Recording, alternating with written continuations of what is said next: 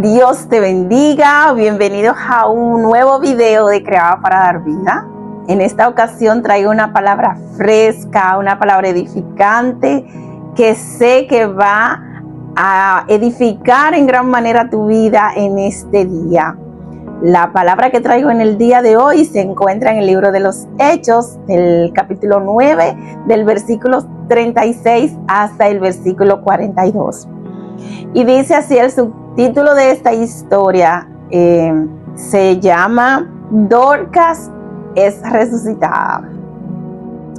Dice, había entonces en Jope una discípula llamada Tabita, que traducido quiere decir Dorcas. Esta abundaba en buenas obras y en limosna que hacía. Y aconteció que en aquellos días enfermó y murió. Después de lavada, la pusieron en una sala. Y como Lida estaba cerca de Jope, los discípulos, oyendo que Pedro estaba allí, le enviaron 2 hombres a rogarle: no tardes en venir a nosotros. Levantándose entonces Pedro fue con ellos, y cuando llegó, le llevaron a la sala, donde le rodeaban todas las viudas, y llorando y mostrando las túnicas y los vestidos que Dorcas hacía cuando estaba con ellas. Entonces, sacando a todos, Pedro se puso de rodilla y oró, y volviéndose al cuerpo dijo: Tabita, levántate. Y ella abrió los ojos, y al ver a Pedro se incorporó. Y él, dándole la mano, la levantó. Entonces, llamando a los santos y a las viudas, la presentó viva. Esto fue notorio en toda Jope, y muchos creyeron en el Señor. Hermosa la palabra de Dios. Dice la Biblia, la misma Biblia, que la palabra de Dios es buena para enseñar, para instruir, para redarguir. Y yo quiero decirte que esta historia que yo acabo de leer no está registrada aquí solamente para resaltar un milagro de resurrección, sino para darnos una enseñanza tremenda acerca de la vida, de cómo vivir, de la manera en que nos van a recordar en el momento que no estemos. En esta ocasión yo quiero hablarte específicamente de esta mujer, de Dorcas.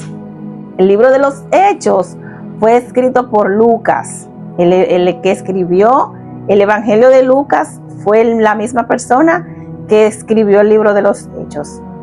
Es muy interesante ver cómo Lucas describe a esta mujer.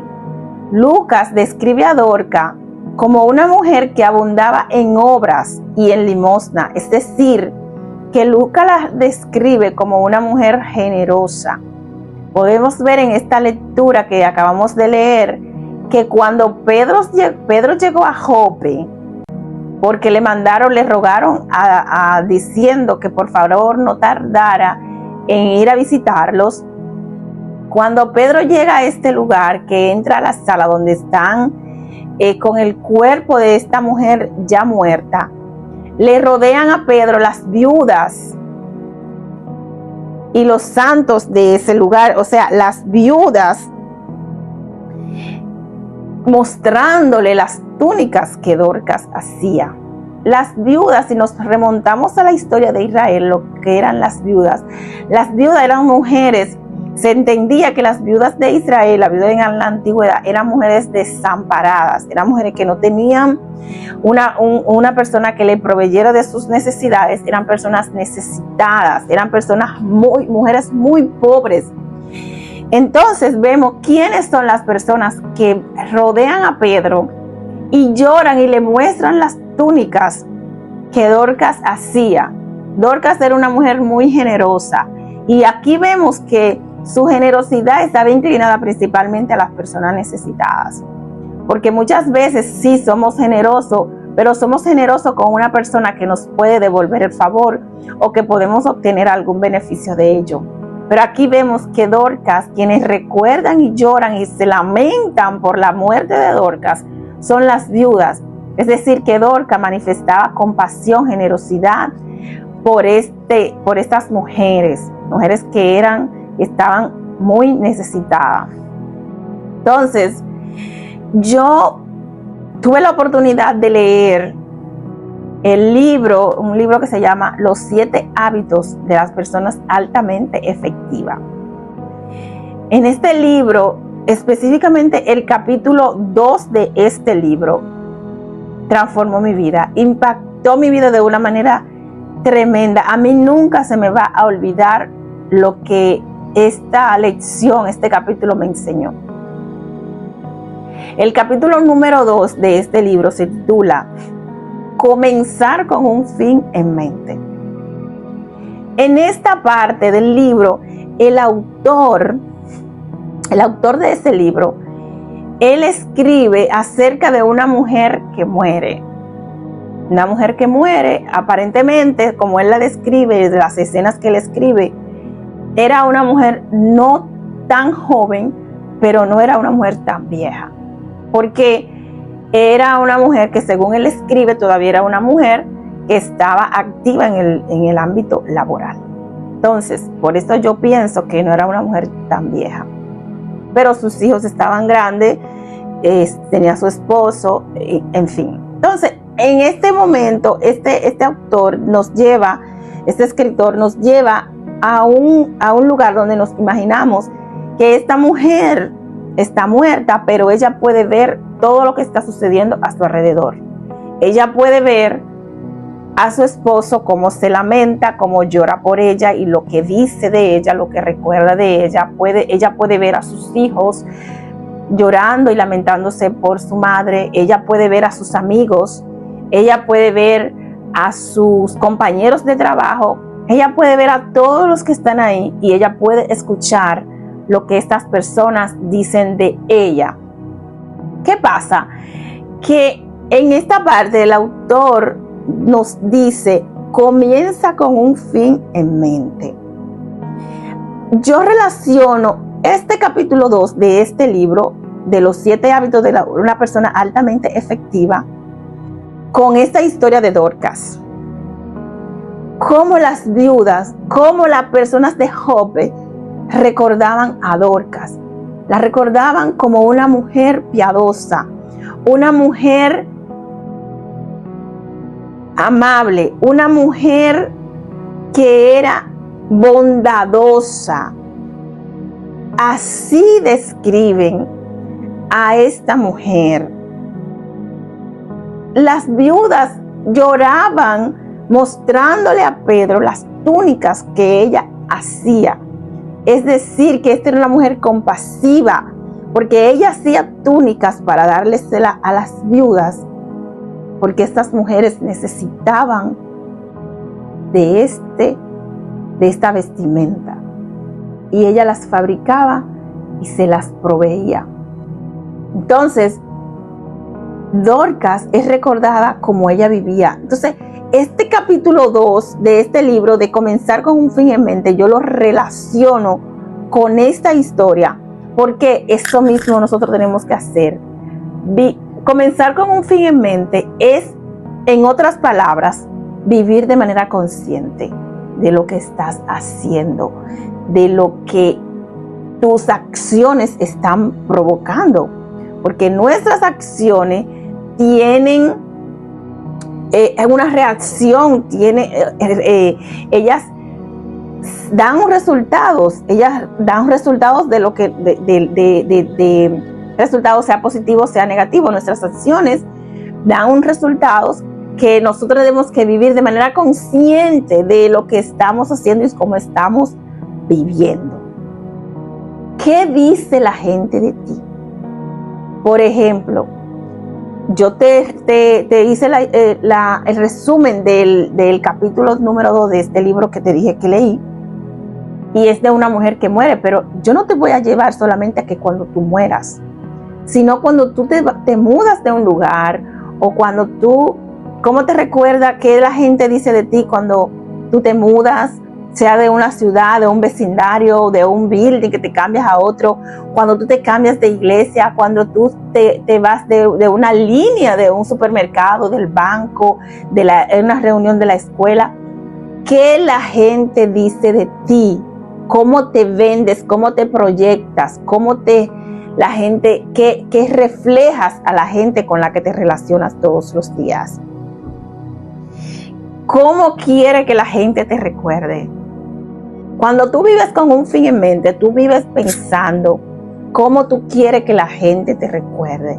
Tú lo haces de manera consciente. Tus acciones no van a ir como resultado de las cosas que te sucedan, de los acontecimientos que te sucedan, sino que tú siempre vas a tener una respuesta diferente a la que el resto del mundo tendría en frente a una misma situación que vivan. Por ejemplo, hay personas que me dicen, y la gloria es de Dios, no sé cómo tú lo haces. Yo en la situación que tú has pasado, ya yo no hubiese podido, ya yo hubiese colapsado.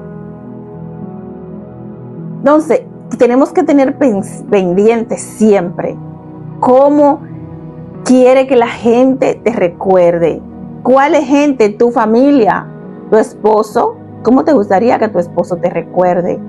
No solamente cuando tú te mueras, simplemente hasta en una situación específica. Por ejemplo, ¿cómo tú crees que tu esposo pensaría de ti en una situación? No, por ejemplo, en una situación como esta, ella reaccionaría de tal manera. Porque como nosotros vivimos, como nosotros nos relacionamos, eso es lo que la gente piensa de nosotros. ¿Cómo tú quieres que la gente te recuerde? La gente que compartió contigo en una reunión. ¿Cómo tú quieres que el pastor de la iglesia donde tú te congregabas te recuerde? ¿Cómo tú quieres que esos hermanos de ese lugar te recuerden? ¿Cómo tú quieres que tus hijos te recuerden? ¿Cómo tú quieres que tu madre, tu familia, tus hermanos te recuerden? Es más, ¿cómo tú quieres que la persona de adelante y la persona de atrás de la línea en la que tú estabas haciendo te recuerde? Porque hay personas que somos cristianos, pero llegamos a una línea quejándonos, criticando. Entonces, nosotros como cristianos tenemos que ser ejemplo. ¿Cómo usted quiere que lo recuerden? Como una persona diferente, como una persona, ella tiene algo. Hay muchas personas que yo he escuchado que dicen, yo creo que ella parece que es cristiana. Porque como actuamos en los lugares donde llegamos sin que la gente sepa ni siquiera nuestro nombre, nada más en cómo actuamos, es más, hasta en la conversación que usted está teniendo por su celular, que usted tiene unos audífonos puestos y usted está en una línea o en un autobús hablando, hasta en eso que usted está hablando, la persona tiene que darse cuenta de quién es usted. Ahí la persona se da cuenta de quién es usted. Entonces, yo quiero que te preguntes, ¿cómo estás influenciando a la gente que te rodea? ¿Cómo influencias a tus compañeros de trabajo? ¿Cómo influencias a tus compañeros de escuela, de clase? ¿Cómo influencias a tus hermanos en la congregación? ¿Qué es lo que la gente escucha de ti? Porque muchas veces hay personas que están cerca de nosotros, que saben que nosotros somos cristianos porque decimos que somos cristianos y porque ellos ven que vamos a la iglesia. Pero con lo que ellos ven de nosotros, ellos dicen, no, es que yo no puedo ser cristiana. Porque para yo ser cristiana como ella, primero mira, esa mujer no avanza, o ese hombre no avanza.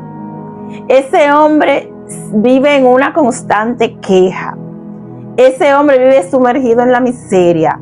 Ese hombre lo que le rodea es escasez y él, el pobre, vive, o esa mujer vive dando gritos, vive llorando, vive depresiva. Si eso es lo que usted está reflejando, déjeme decirle que usted está mal. Porque usted, sí, nosotros los cristianos vivimos en una constante prueba, eso es de verdad. Pero el mundo también, ¿por qué? Porque dice la palabra que en el mundo tendréis aflicción. Es decir, las aflicciones son del mundo.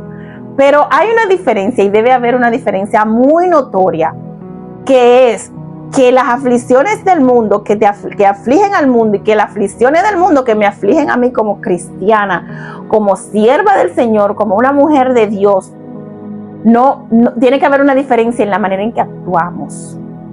Sí, estoy en prueba, estoy en proceso, pero el pero que cambia todo, pero yo sé que mi Redentor vive y yo voy a testificar en medio de mi prueba, yo voy a testificar de mi victoria. Mientras esa mujer del mundo está sumergida en una depresión por la misma situación que me está afectando a mí, yo tengo que estar en un eterno gozo por la bendición que yo sé que va a llegar a mi vida a través de ese proceso, a través de ese desierto. Yo sé que voy a llegar a Canaán, sé que voy a llegar a la tierra prometida, la victoria es mía. No importan los gigantes que se me encuentren en el camino, yo sé que el Señor los va a derribar o me va a dar la fuerza y la sabiduría para que yo pueda vencerlos. Entonces, ¿cómo estoy influenciando a las personas que están a mi alrededor? ¿Lo estoy influenciando de manera positiva o lo estoy influenciando de manera negativa en cuanto a los caminos del Señor se refieren? Porque nosotros tenemos que vivir vendiendo, discúlpenme la palabra que uso, vendiendo todos los días, en todas nuestras acciones, el Evangelio de Cristo. Porque nosotros tenemos que involucrarnos en los negocios del Señor. Debemos de ganar almas. Es un negocio gratuito, es una venta gratuita, pero tenemos que llevarle el Evangelio a través de nuestro testimonio a esas personas. ¿Por qué? Porque nosotros somos la Biblia de muchas personas que no la leen, que no leen una Biblia así como esta, sino somos nosotros, somos el mensaje que esa persona todavía no ha escuchado en una iglesia o en la calle, no se ha detenido a escucharlo o no ha escuchado en las redes sociales un mensaje de Cristo. Pero nosotros que tenemos la oportunidad de relacionarnos con ellos, debemos ser ese mensaje que ellos necesitan escuchar. Muchas veces no tenemos que abrir la boca para decirle, mira, Juan 3:16, no tenemos que recitarlo y decirle, porque de tal manera, no tenemos que decirlo.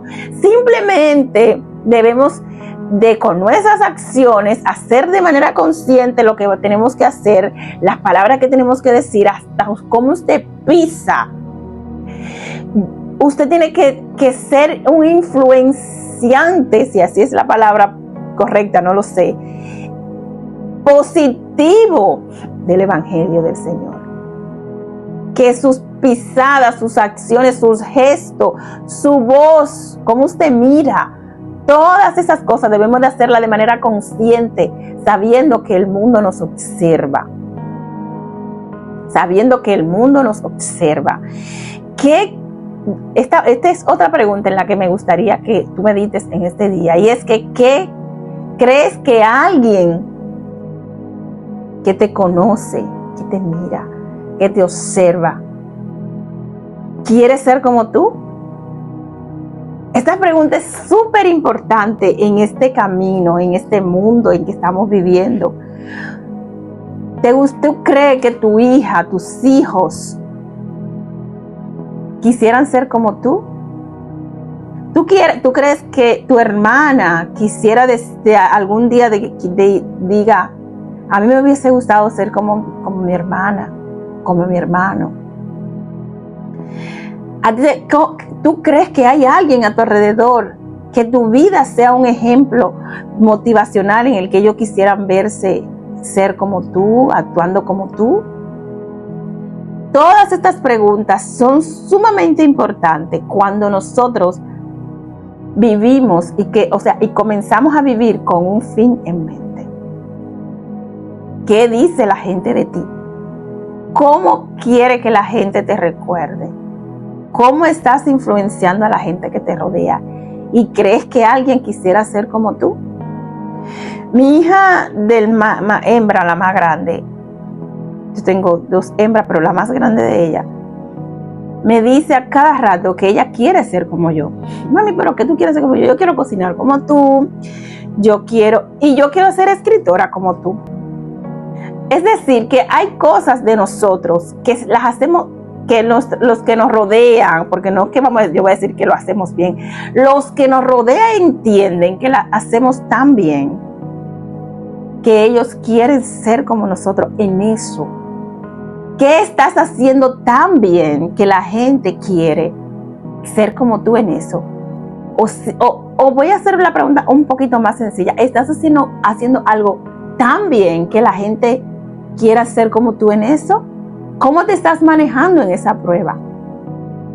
Una vez más yo digo, mucha gente que me conoce a mí y que sabe por las situaciones a las que he atravesado, me dicen, de verdad que yo quisiera ser como tú, porque que en esa situación ya yo no hubiese podido continuar. Y yo no me glorío de esto, yo siempre la gloria se la doy al Señor, porque es Dios quien nos da la fuerza, la sabiduría, quien nos hace levantar el pie cada día para dar un paso hacia adelante, aún sin fuerza, sin deseo. Pero eso que nosotros hacemos, el avanzar en medio de cuando no tenemos fuerza, en medio del dolor, del sufrimiento, de que no tenemos ni la menor idea de lo que sigue, y nosotros aún así no nos detenemos, es lo que nos hace diferente al resto de las personas. Es lo que nos hace diferente al resto del mundo. Esos son los pequeños detalles que el Señor hace que nosotros seamos diferentes. Entonces quiero que en este día medites en estas 4 preguntas. ¿Qué dice la gente de ti? ¿Qué dice esa persona que conociste hace poco? ¿Qué dice la persona que en la iglesia en la que llegaste recientemente o de la que ya te fuiste? ¿Qué dice la gente que tuvo la oportunidad de solamente de intercambiar unas cuantas palabras en una línea? ¿Cómo estás influenciando a esas personas que están a tu alrededor? ¿Cómo quiere que la gente te recuerde? ¿Crees que alguien quiera ser como tú? Te invito en este día que reflexiones y medites en estas preguntas. Recuerda, comienza con un fin en mente. El fin de nosotros, los cristianos, es parecernos a Jesús. Es llegar a ser una copia original clase A, como están clasificadas las réplicas. Una copia original clase A de Jesús. Que tú seas el mensaje, la Biblia de esa persona que no han tenido acceso todavía a ella. El fin de nosotros debe ser imitar al Señor hasta donde más se nos sea posible. No puede ser, yo he tenido la oportunidad de andar con amistades mías cristianas de verdad, pero que no somos perfectos, nadie lo es. Pero he visto que en ocasiones se nos han acercado personas como indigentes en la calle pidiendo lo que sea, y esas personas que me están acompañando se han cuadrado para responderle de manera agresiva a esa persona que se nos ha acercado. Y si nosotros nos vamos a la Biblia, cuando Jesús veía un endemoniado, un leproso, el Señor ni se echaba para atrás, ni se ponía en posición de defensa. Al contrario, el Señor nos mostraba piedad y el Señor le sanaba, le libertaba, y cual sea el milagro que necesitara en ese momento, el Señor, pues se lo hacía, y además de eso le daba el milagro el regalo de la salvación. Entonces, así mismo nosotros tenemos que ser imitadores de Jesús en todo, claro está, no te estoy diciendo con esto no vamos a exponer, pero siempre mostrar piedad por las personas que más lo necesitan. Dios te bendiga, Dios te guarde. Esto ha sido todo por el día de hoy. Espero que esta palabra sea edificante para ti, que la compartas con amigos, familiares que tú sabes que esta palabra le puede servir, les puede ayudar. No te olvides, comienza con un fin en mente, en todo, en ese trabajo nuevo, en esa carrera nueva en la universidad, en el grupo de reunión donde estás asistiendo, en todo. Si te vas a casar, comienza con un fin en mente. Todo, cómo tú quieres que tu esposo te recuerde, cómo tú quieres que tu esposo te describa, te vea, cómo tu suegra. Todo comienza con un fin en mente. Comienza con un fin en mente. Y no olvides que el fin en mente siempre será representar a Jesús en todo. Como madre, como esposa, como compañera de trabajo, como toda. Comienza con un fin en mente. Comienza con un fin en mente y la meta siempre será parecernos a Jesús. Dios te bendiga, Dios te guarde y hasta una próxima entrega de Creada para Dar Vida. Chao, chao.